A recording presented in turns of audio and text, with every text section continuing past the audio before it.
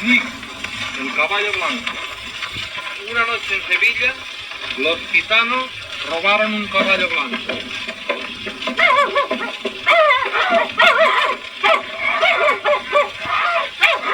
Mi madre, si no han robado el caballo.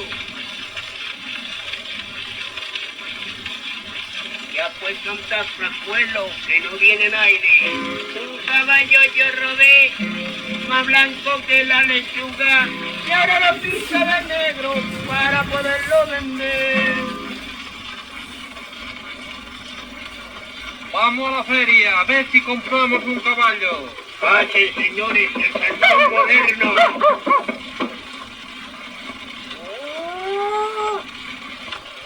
Esta jaca es la mejor que hay en Sevilla.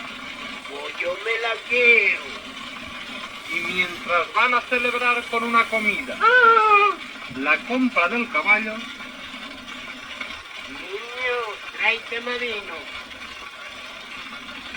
Pero es que están pisando la uva malaje.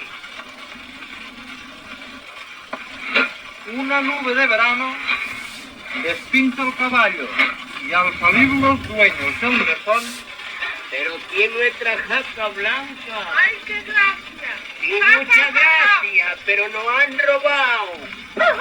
y avisada la Guardia Civil, detuvo a los ladrones.